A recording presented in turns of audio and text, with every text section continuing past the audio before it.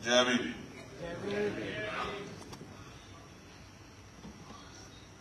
पत्रकार बंधु तो अपना काम कर लें, लेकिन बाकी सब लोग जिम्मेदारी से बैठ जाएं। और मेरा आग्रह जो लोग वीडियो बना रहे हैं कि वो अपने मोबाइल की लाइट बंद कर लें। जो बना रहे हैं वो चेक करेंगे तो उनको दिखेगा कि लाइट अगर ऑन रहेगी तो जब भी मैं उधर देखूंगा तो फिर उसका रिफ्लेक्शन मुझे आएगा। तो ऐसे जो साथी हो वो अपनी लाइट जो है, जो वीडियो बना रहे हैं, बंद कर दें। प्यारे अधिवक्ता साथियों, आज राष्ट्रीय अधिवक्ता सम्मेलन में आपका बहुत बहुत स्वागत है। इस सम्मेलन को आयोजित करने वाली हमारी Azad Samaj party legal cell की कमेटी का, हमारे नेशनल चेयरमैन आर्या जी का, हमारे यूपी के प्रदेश के जो संयोजक हैं भाई रजनीश जी का, जो प्रदेश के प्रभारी हैं स्वराज सिंह जी का, और हर एक उस अधिवक्ता साथी का जिसने यहाँ समय दिया या जिसने इस कार्यक्रम में तन मन धन से योगदान दिया। मैं सबका बहुत बहुत धन्यवाद करता हूँ। इस मंच पर उपस्थित बहुत सारे अधिवक्ता साथी जो बहुत महत्वपूर्ण तरीके से अपने अपने कार्यों को अंजाम दे रहे हैं। हमारे नव निर्वाचित सेक्रेटरी साहब भाई घनश्याम नागर जी, भाई अनिल जी, आज की इस सभा में विशिष्ट अतिथि के रूप में यहां हमें आशीर्वाद देने आए पूर्व न्यायमूर्ति, जिनका जीवन संघर्ष जो है, अभी मेरी चर्चा उनसे हुई है, मैं उनसे एक आग्रह भी करूंगा कि वो अपने जीवन संघर्ष को लोगों के बीच में लाएं। मैंने उनसे आग्रह किया कि वो एक किताब जरूर लिखें जिस किताब के जरिए हम उनके जीवन संघर्ष को जान पाए। और मैं नहीं, मेरे जैसे लाखों करोड़ों नौजवान होंगे जो जानना चाहता है कि यहां से एक गांव से किसान के बेटे का सफर जो इलाहाबाद तक का था वो किस तरह का सफर था, उसमें कितनी कठिनाई आई। हर कोई इसको जानना भी चाहेगा, पढ़ना भी चाहेगा। तो मैं आपका यहाँ आने पर और जो मैंने आपसे आग्रह किया, अगर आप उस पर अपने मन में प्रयास करेंगे तो मुझे बहुत खुशी होगी। प्यारे साथियों, सहारनपुर में, क्योंकि मैं सहारनपुर में जन्मा हूं और जो हमारे मुकदमे हैं वहां के, उनमें हमारी मदद कर रहे हैं चौधरी साहब, और वहां इलाहाबाद में उन मुकदमों में हमारी मदद कर रहे उनके बेटे दूसरे हमारे चौधरी दिलनवाज चौधरी साहब का मैं इनका बहुत बहुत धन्यवाद करता हूं।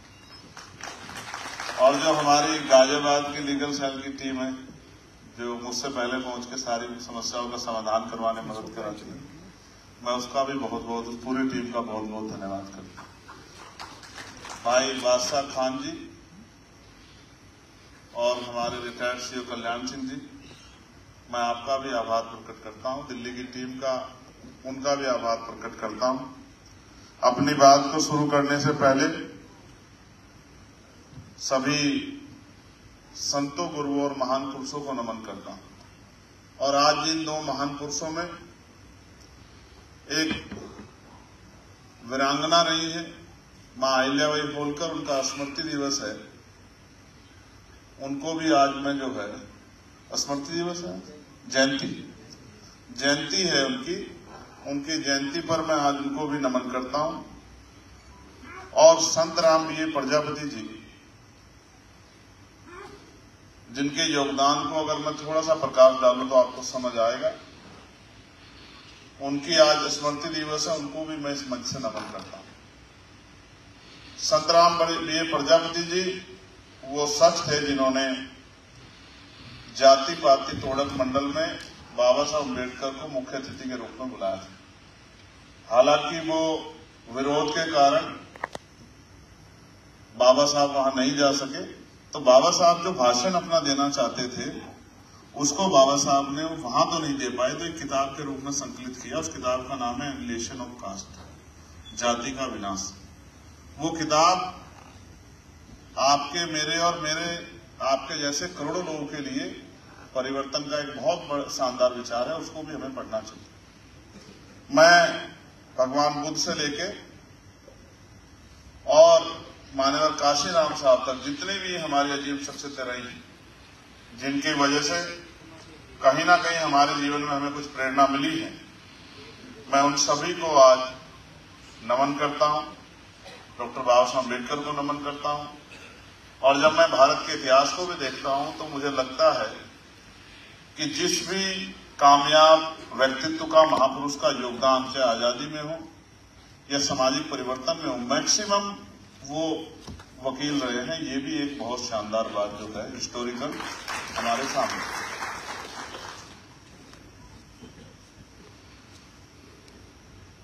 मैं आज ड्रेस में नहीं हूं, उसके लिए मैं अपने लीगल सेल की टीम से माफी चाहता हूं। कारण ये है कि सार्वजनिक रूप से मैं उसको जाहिर भी नहीं कर सकता कि एक समस्या हो गई है, जिसके कारण जो मेरी व्यक्तिगत है कि मैं बहुत ज्यादा व्यस्त हूं और उस तरह से कार्यों में नहीं जुट पा रहा हूं। लेकिन क्योंकि लीगल सेल की टीम ने एक बड़ा प्रयास किया और 2 बार उनके सम्मेलन में जब उन्होंने जूम मीटिंग बुलाई तो मुझे अपनी बात रखने का मौका भी मिला है। उसमें हमारी बहुत सारी अधिवक्ता बहनों ने भी भाग लिया और वो आज यहाँ मौजूद भी हैं। और एक हमारी अधिवक्ता बहन जो सोनभद्र से चल के आई है। सोनभद्रा मतलब आप समझिए ये है झारखंड का बॉर्डर। हाँ, सोनभद्रा झारखंड को टच करता है। आसमा उनका नाम है। मैं ऐसी वीरांगना अपनी बहन को बहुत बहुत साधुवाद आभार प्रकट करता हूं। प्यारे साथियों, एक लंबी लिस्ट है, उसको पढ़ने से पहले मैं कुछ बताना चाहता हूं। ये साल था 2022 का। 10 मार्च को रिजल्ट आया था उत्तर प्रदेश के चुनाव, उत्तराखंड के, पंजाब के चुनाव। और क्योंकि हमने उत्तराखंड और उत्तर प्रदेश में बहुत मेहनत की थी तो हमें लग रहा था कि रिजल्ट हमारे फेवर में आएगा, इसलिए बड़े उत्साहित थे। और मैं खुद भी इलेक्शन लड़ा था उत्तर प्रदेश के मुख्यमंत्री के खिलाफ। मैं खुद भी गोरखपुर में जाके इलेक्शन लड़ा था। तो मुझे विश्वास था कि नाइंसाफी के खिलाफ वहां के जनता जो पीड़ित है, जो चाहती है कोई आके उनकी आवाज उठाए, वो मेरा साथ देंगे। और उम्मीद थी उत्तराखंड में भी 3 सीटें हमारी बहुत महत्वपूर्ण थी, जिन पर हमें उम्मीद थी कि उन सीटों को हम जीत जाएंगे। और उत्तर प्रदेश में भी एक मेरी और एक सिद्धार्थनगर की सीट ऐसी थी डुमरियागंज की, जिसको हमारा विश्वास था कि हम जीत जाएंगे। रिजल्ट आया और बहुत कम वोट मिले। कोई आदमी बहुत ईमानदारी से किसी काम को करे, जैसे आप वकील साथी करते हैं, और आपका मेहनताना आपको ना मिले, कैसा महसूस होता है? जिस केस के लिए आप जी जान लगा दो और हमेशा उस केस में आप अपने आप को साबित करो, और जिस क्लाइंट के लिए, जिस भाई के लिए आप प्रयास कर रहे हैं, वो अंतिम समय पे आपका हाथ छोड़ दे, तो आपको कैसा लगता है बताइए? कैसा लगता है बताइए जोर से। तो मुझे भी बहुत बुरा लगा कि जिनके लिए मैंने जीवन लगा दिया और जिनको ये भी नहीं पता कि मैं अगर हमारी पार्टी, हमारा संगठन आगे बढ़ेगा, ताकत बनेगी, तो उसका फायदा भी नहीं होगा। ये भी टेक्निकल बात है। तो फिर मुझे समझ आया कि बहुत भोला भाला समाज है और अभी उसको बहुत समय लगने वाला, इतनी आसानी से बात उसकी समझ में नहीं आई। तो निराशा हुई। 10 मार्च को फोन पे बात चल रही थी, लेकिन उस तरह का उत्साह नहीं था। मैं झूठ कहूं कि नहीं कोई फर्क नहीं पड़ा, ऐसा नहीं है, फर्क पड़ा। पीड़ा हुई, क्रोध भी आया कि जिनके लिए सब कुछ, मुकदमे, जेल, लाठियां, तमाम तरह की मुसीबतें सहली, उन्होंने साथ क्यों नहीं दिया। 2-3 दिन गुजर गए। 15 मार्च को पार्टी का स्थापना दिवस होता है। हिमांशु जी का फोन आया कि हम दिल्ली में पार्टी का स्थापना दिवस मनाएंगे। तो हमने कहा साहब हम तो नहीं आएंगे। तो बोले साहब आपको आना पड़ेगा, आप ही चीफ गेस्ट हैं और भाई विनय जी चीफ गेस्ट हैं, तो आपको आना पड़ेगा। तो मैंने इनसे पूछा क्या करना है, तो कहा कि घर पढ़ के क्या करेंगे जब इसी काम को करना है, जब आपने प्रोफेशन चुना है तो घर पढ़ के क्या करोगे। तो तय हुआ चलेंगे, घर से हम लोग चले। और कई बार आपने सुना होगा गाजियाबाद में एक बहुत महत्वपूर्ण जगह है सिपरा मॉल, उस मॉल के पास गाड़ी रोकी गई, मैं मॉल में गया, मॉल से मैंने एक कुर्ता खरीदा, वो कुर्ता मैंने पहना, थोड़ा सा कॉन्फिडेंस लेवल बढ़ा और फिर मैं यही मैं आपको बताना चाह रहा हूं कि जगह का महत्व क्या होता है। मैं इसी जगह पर मुख्य अतिथि के रूप में आया, इसी जगह, यही हॉल था, 15 मार्च 2022 का दिन था, इसी तरह पूरा हॉल और ऊपर वाला सब भरा हुआ था। मैं यहां आया, फिर मैंने सोचा जिससे प्यार करने वाले दिल्ली में इतने लोग हैं वो हार कैसे सकता है यार। फिर सबकी बातें रखी गई, यहीं से मन में उत्साह पैदा हुआ और ये हो रहा था कि जल्दी से माइक मेरे हाथ में आए और मुझे अपनी बात को रखने का मौका था। और जब मेरे हाथ में माइक आया तो मैंने पहली लाइन ही कही कि जिनको लगता है कि हार गया, हार के टूट जाएगा, उनको मैं बताना चाहता हूं कि मैं एक टीचर का बेटा हूं, मिट्टी से निकल के आया हूं, खेती किसानी से निकल के आया हूं, मिट्टी में तो मिल सकता हूं लेकिन हार नहीं सकता, इस बात को लोग समझते हैं। और यही संकल्प हुआ कि इस अपमान को सम्मान में बदलना है। ये बात, ये जगह उस जगह की गवाह है, उस बात की गवाह है। और प्रिय साथियों, आज हम 2025 में हैं और मेरे बहुत सारे शानदार साथी इधर बैठे हैं जिनको मैं अपनी नजरों से देख रहा हूं, जिनका बहुत बड़ा योगदान है इस आंदोलन को यहां तक पहुंचाने में। और ये तय हुआ कि लोकसभा लड़नी है। मैंने कहा किसी और को लड़ा दो, तो कहा नहीं आप ही को लड़नी है, क्योंकि जब तक पार्टी की तरफ से आप जाके वहां अपने स्तर से बात नहीं रखोगे तब तक लोगों तक बात नहीं जाएगी, क्योंकि आपकी बात को सुनने वाले लोग ज्यादा हैं।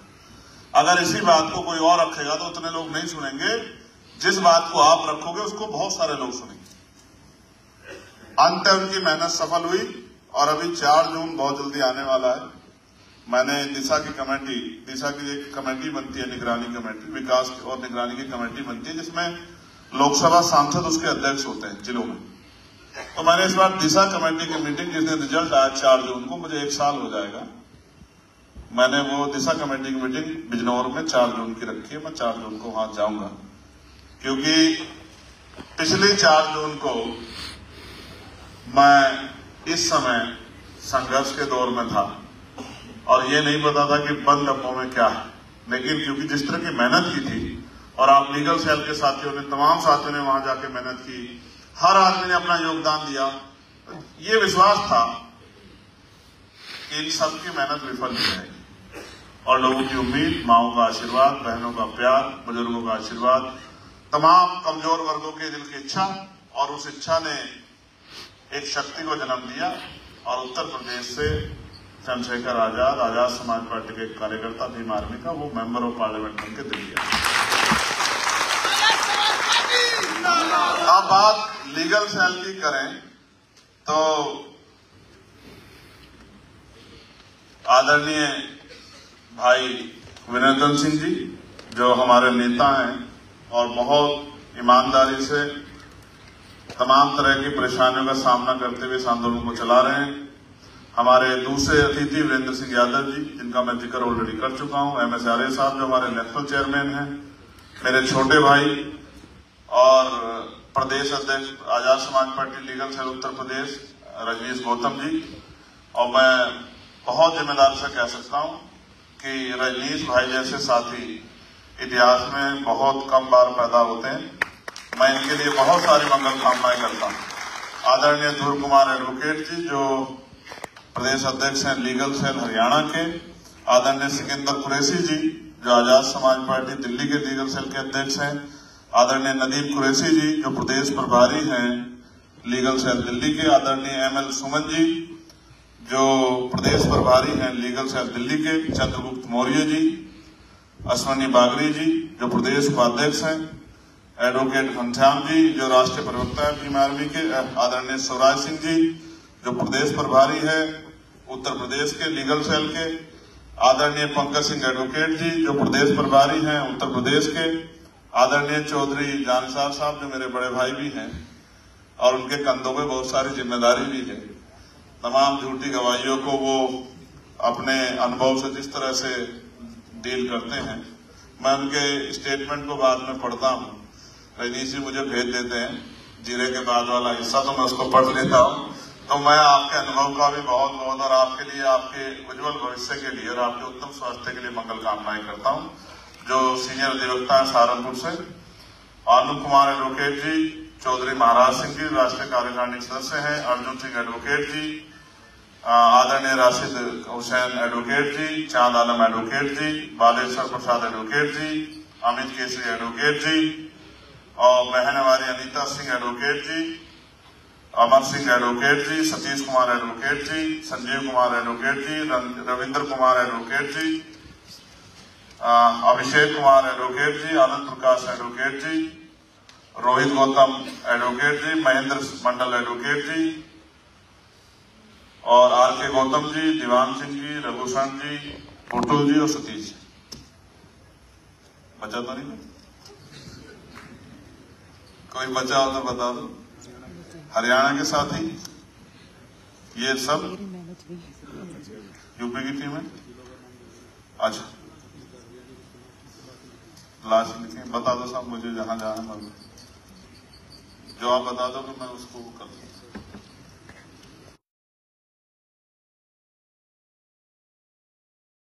तो साथी हैं धनीराम जी, विनोद कुमार जी, शैलेंद्र जौहरी जी, ताराचंद जी, दिनेश कुमार जी, गौरव जी, लखपत जी, जितेंद्र जी, विष्णु जी, विजेंद्र जी, लोकेश जी, एडवोकेट सतीश जी और बहुत सारे जिलों से जो साथी आए हैं,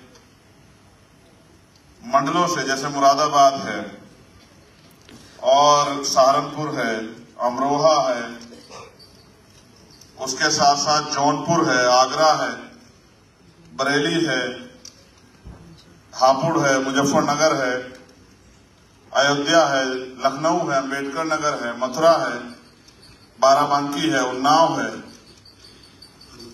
बुलंदशहर है, महाराष्ट्र से एडवोकेट नितिन सतपुते जी यहाँ हैं और भी कई सारे साथी महाराष्ट्र से एडवोकेट दीपक जी, दिलीप जी, भूषण जी, किशोर जी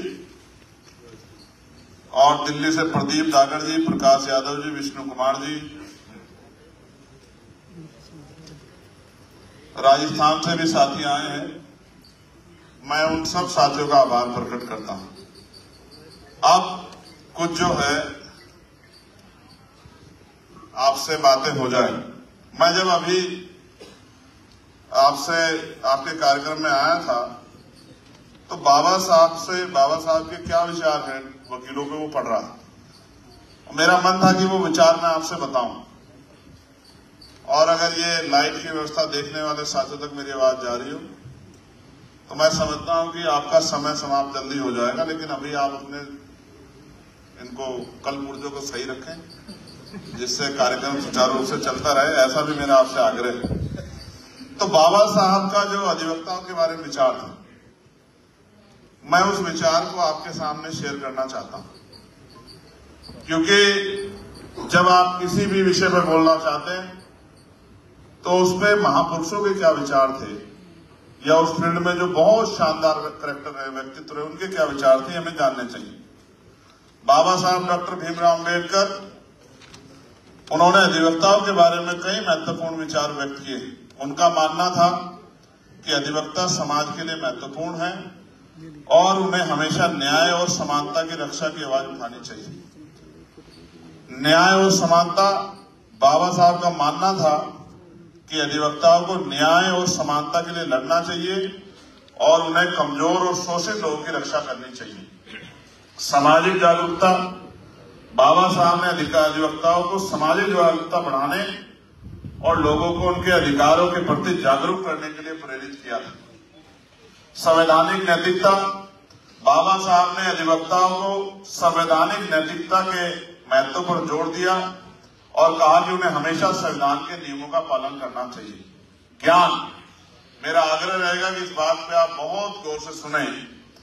बाबा साहब ने अधिवक्ताओं को ज्ञान और शिक्षा के महत्व पर जोर दिया और कहा कि उन्हें अपने क्षेत्र में हमेशा नवीनतम ज्ञान प्राप्त करना चाहिए। संघर्ष, बाबा साहब ने अधिवक्ताओं को संघर्ष करने और अन्याय के खिलाफ आवाज उठाने के लिए प्रेरित किया। नवीनतम ज्ञान, अभी कुछ दिन पहले ऐसा हुआ कि पूरे अधिवक्ताओं को नई तरह से जो है किताबों को टटोलना पड़ा। आईपीसी खत्म हुई और बीएनएस आ गई, सीआरपीसी खत्म हो गई, एविडेंस खत्म हो गया और उसकी जगह पे भारतीय नाम के साथ चीजों में बदलाव किया गया। धाराओं की सूचियां बदल गई। जहां पहले 302 होती थी वो 302 में कुछ और आ गया। जहां ये 307 होती 308 होती थी उसमें 108 आ गया। तो अब कभी कभी जो हमारे पास भी कोई आ जाता है और वो कहता है साहब कार्रवाई तो हो नहीं रही है, तो हम उससे कहते हैं एफआईआर उठाओ। एफआईआर लेते हैं तो फिर ये सोचते हैं कि अब ये ऑफेंस कौन सा है, इसमें कितने साल की सजा है, क्या इसमें गिरफ्तारी का अधिकार है या नहीं है। तो फिर उसकी जानकारी हासिल करते हैं तो अपने जो साथ पुलिस के साथी हैं उनसे कहते हैं कि भाई जरा नेट पे चेक करना कि ये आईपीसी, ये बीएनएस कौन सी आईपीसी को करती है और पूर्व में कौन सी आईपीसी थी। तो इस तरह से ये जो नवीनतम ज्ञान की बात है, मैं वकील साथियों से कहूंगा, वकालत का जो प्रोफेशन है उसकी शक्ति का जो प्रभाव है वो इस आधार पर है कि आपकी प्रैक्टिस कितने दिनों की है। और जैसे जैसे आपकी प्रैक्टिस बढ़ेगी, आपका अनुभव बढ़ेगा, वैसे वैसे आपकी शक्ति और आपका प्रभाव बढ़ेगा। लेकिन उसका पैमाना जाति धर्म के आधार पर नहीं है भाइयों और बहनों। उसका पैमाना अगर है तो वो आपके ज्ञान के आधार पर है, आपके अनुभव के आधार पर है। और मैं आपको ये भी बता दूं वकील होने के नाते कि जो पढ़ाया जाता है और जो प्रैक्टिकल होता है उसमें जमीन आसमान का अंतर है। आप अगर लॉ करें या आपके बच्चे, आने वाली पीढ़ी आपके भाई करें, तो उनको बता दो कि लॉ भी करें वहां कॉलेज में और आके कोर्ट में प्रैक्टिस भी करें, तभी जाके चीज आगे बढ़ेगी। वरना जितना पढ़ के आएंगे और फिर जब कोर्ट में आएंगे तो आश्चर्यचकित महसूस करेंगे कि जहां जो पढ़ाया जाता था और जो यहाँ प्रैक्टिकल है, दोनों में बहुत बड़ा जमीन आसमान का अंतर है। जीरो शुरू करना पड़ेगा। इसलिए जितने अधिवक्ता साथी मुझे मिलते हैं मैं उन सबसे कहता हूं कि पढ़ाई करो, साथ साथ कोर्ट में प्रैक्टिस भी करो। और बिना गुरु के ज्ञान नहीं होता, इस बात को भी जान लो। एक गुरु भी होना जरूरी है।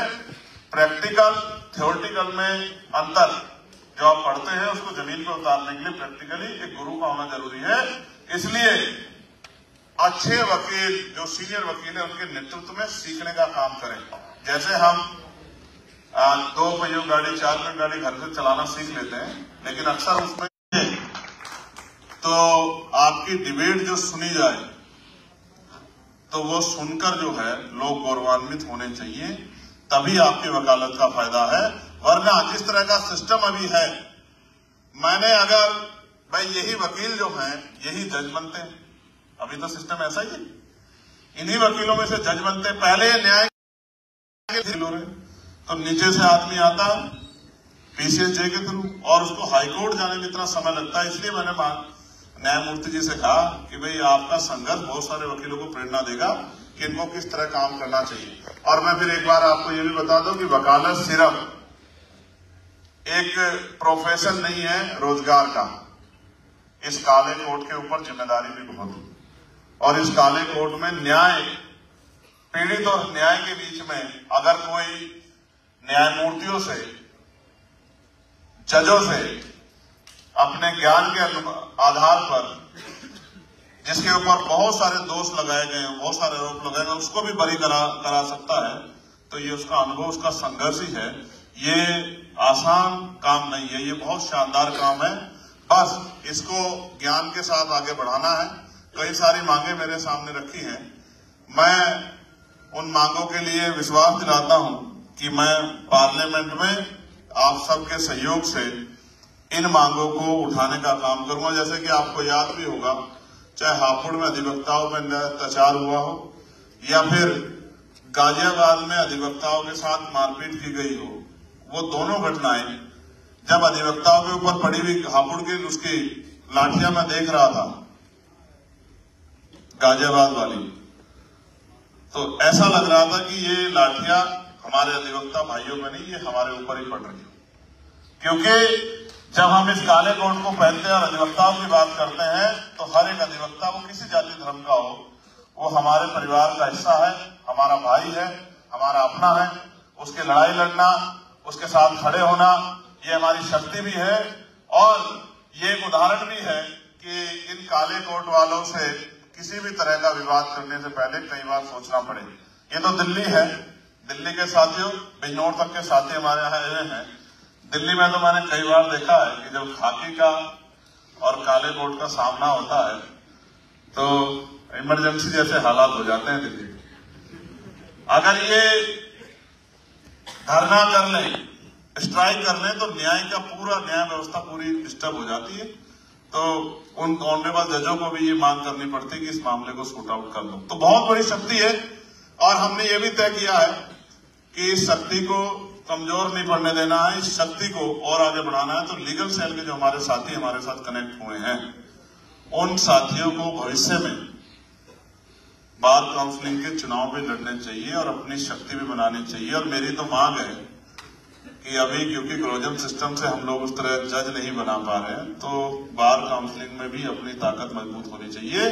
तो उत्तर प्रदेश बार काउंसिलिंग में या दिल्ली बार काउंसिलिंग, जहां भी बार काउंसिलिंग के इलेक्शन होते हैं, हमें अपने विचार व्यवहार से अपनी शक्ति को बनाकर अपनी ताकत जो है बार काउंसिल में भी बनानी चाहिए। क्योंकि उनकी बातों को भी सुनना पड़ता है, उनकी बातों को भी ध्यान में लाना पड़ता है, उनकी मांगों को भी आगे बढ़ाना पड़ता है। जो मांग जैसे हमारे नवनिर्वाचित सेक्रेटरी साहब ने कही कि चैम्बर की समस्या, हाँ मैं मानता हूं चैम्बर की समस्या है, लेकिन इसका अस्थायी इलाज भी जो है वो भी ढूंढना पड़ेगा। वो तभी होगा जब हमारी बात बार काउंसिलिंग के जरिए मजबूत से उठेगी और सभी बार काउंसिल लेटर लिख के दें कि भाई हमारे यहाँ चैम्बर की समस्या है, चैम्बर की समस्या को दूर किया जाए। क्योंकि देखो लगातार अधिवक्ता बढ़ते रहेंगे। सोचो आज 100 चैम्बर नहीं बना दिए, लेकिन नेक्स्ट और 100 वकील आ गए, तो कुछ मानक तय करके हम लोग इसको आगे बढ़ा सकते हैं। जैसे मांगे आपकी हैं कि अधिवक्ता सुरक्षा अधिनियम जल्दी से लागू किया जाए, इसके लिए मैंने पार्लियामेंट में जोर शोर से आवाज उठाई थी। अधिवक्ताओं के लिए राष्ट्रीय मेडिक्लेम पॉलिसी बनाई जाए। और मैं आपको बता दूं कि मैंने ऑनरेबल जो हमारे माननीय कानून मंत्री, उनको भी लेटर लिख के अधिवक्ताओं की इस मांग को रखा था कि उनकी मांग को सुना जाए। भारत के प्रत्येक न्यायालय में अधिवक्ताओं के लिए पर्याप्त चैम्बर की व्यवस्था हो, अधिवक्ताओं को राजपत्रित गजेटेड अधिकारी का दर्जा दिया जाए, नए पंजीकृत अधिवक्ताओं के लिए निश्चित समय तक उचित भत्ते की व्यवस्था हो, नए पंजीकृत अधिवक्ताओं के लिए पर्याप्त अवधि तक प्रशिक्षण की सरकार द्वारा उचित व्यवस्था की जाए, सीनियर अधिवक्ता जो प्रैक्टिस करने में असमर्थ हैं उनके लिए उचित पेंशन की व्यवस्था सरकार द्वारा की जाए, अधिवक्ताओं के लिए भारतीय राजमार्गों पर लगे सभी प्रकार के टोल टैक्स समाप्त किए जाएं, अधिवक्ताओं के लिए सरकारी आवासीय योजनाओं में पर्याप्त कोटा लागू हो, अधिवक्ताओं के बच्चों के लिए प्राइवेट स्कूलों में उचित रिजर्वेशन कोटा की व्यवस्था प्रावधान किया जाए, क्लोजन सिस्टम के द्वारा जजों की नियुक्ति में रिजर्वेशन कोटा लागू किया जाए, पब्लिक सेक्टर अंडरटेकिंग में अधिवक्ताओं की नियुक्ति में रिजर्वेशन कोटा लागू किया जाए, केंद्र सरकार एवं राज्य सरकार द्वारा अपनी इच्छा के अनुसार की जाने वाले अधिवक्ता एसजी, एसटी, एजी,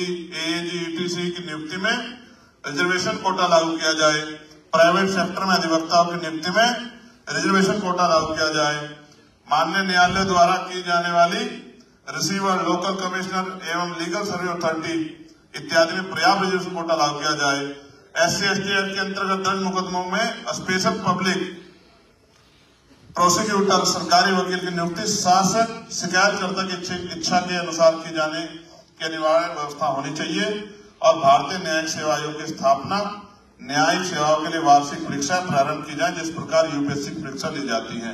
ये 17 मांगे आपकी हैं। मैं आपको विश्वास दिलाता हूं कि इन मांगों के लिए मैं कल ही हमारे देश के कानून मंत्री को पत्र लिखूंगा और जब पार्लियामेंट चलेगी तो इन मांगों को जोर शोर से उठाने का काम करूंगा।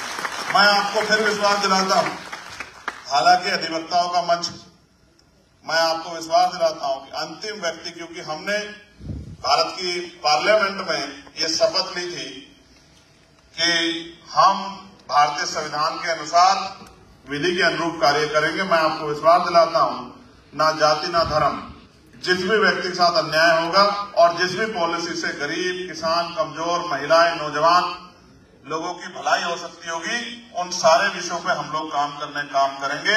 कभी आपको निराश नहीं करेंगे।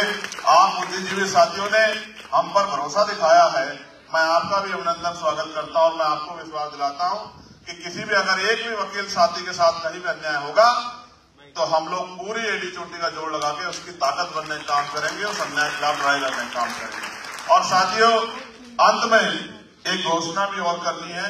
मैं आग्रह करूंगा कि रजनीश जी यहाँ आ जाएं और हमारे MS आर्य जी भी यहाँ आ जाएं। एक घोषणा भी हमें करनी है। ये घोषणा इंपोर्टेंट है और ये घोषणा ये है कि bar council of Uttar Pradesh सदस्य पद हेतु रजनीश गौतम जी जो हैं, जो एडवोकेट साहब हमारे सहारनपुर से हैं, आपके प्रथम वरीयता मत, वन आशीर्वाद एवं सहयोग के आकांक्षी हैं। मैं आपसे आग्रह करता हूं कि उत्तर प्रदेश के जो हमारे साथी हैं वो इस पोस्टर को अपने दिल में बसा लें। ये लक्ष्य हमारे पास है और इसी बार हमको पूरा करना है। इसी बार हमें इस लक्ष्य को पूरा करना है और उसके बाद अभी हम कोशिश करेंगे कि और साथी भी आगे बढ़ेंगे इसी बार। लेकिन भविष्य में आप सब लोग कमर कस के रखो। हमें बार काउंसिलिंग के चुनाव में अपना रिप्रेजेंटेशन, अपना प्रतिनिधित्व मजबूत करना है। ये बात आप अपने मन में संकल्प के तौर पे ले लो। इसलिए मैं इस पोस्टर को जो है चाहता था कि आपके सामने आ जाए, क्योंकि रजनीश भाई उनकी टीम बहुत मेहनत कर रही है और उन्होंने निर्णय लिया। मैं इसका स्वागत करता हूं। मैं इसका एक सही तरह से एक पोस्टर वो करवा देता हूं। एक बार पकड़ना भाई।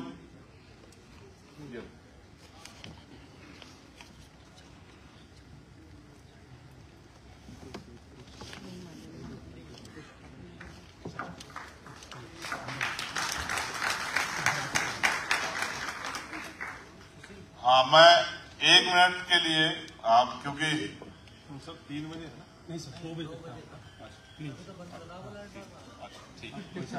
हाँ, दूसरा कार्यक्रम जो है उनका समय हो गया है। मैं आप सबका यहाँ पहुंचने पर धन्यवाद करता हूँ।